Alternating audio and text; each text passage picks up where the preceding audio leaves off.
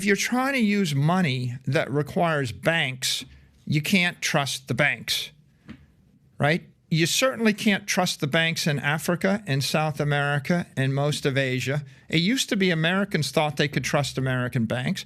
Now they're realizing that they can't trust American banks.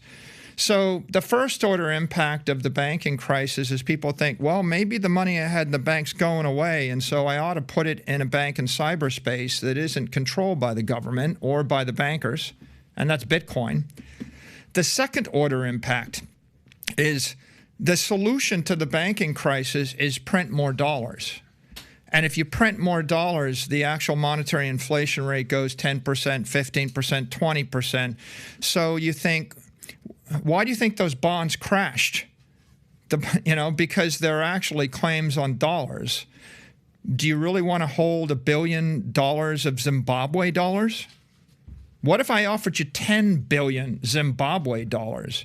I mean, the answer is it's going to a nickel, okay? So if the paper currency keeps crashing, then you can't own anything that's currency related. You can't own a currency derivative. You need to own something that politicians can't print more of. Okay, well, that's oil, that's land. But the problem is, try hauling 100,000 barrels of oil from where you are to London, where you want to be. How are you going to do that? I'll give you $1 billion of land in Central Africa, and then someone takes over with machine guns and declares that everyone with large amounts of land now loses it. That happened in Zimbabwe. You're going to pick up the land on your back and carry it to France? So it's simple. If people lose faith in the banks, they lose faith in the currency. When they lose faith in the currency, they lose faith in the government. When you lose faith in the bank, the currency, and the government, and someone says, what can you trust?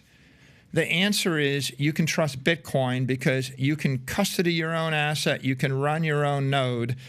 And at the end of the day, even if the Chinese want to shut it down, they can't. If the Russians want to shut it down, they can't. If any nation state wants to shut it down, they can't. If the U.S. wanted to shut it down, they can't. And so everybody wants something that they can trust that is beyond the reach of a corrupt politician, a corrupt corporate executive, or they don't have to be corrupt. They can just be well-meaning, trying to do the right thing in a misguided fashion and meddling with your economic life.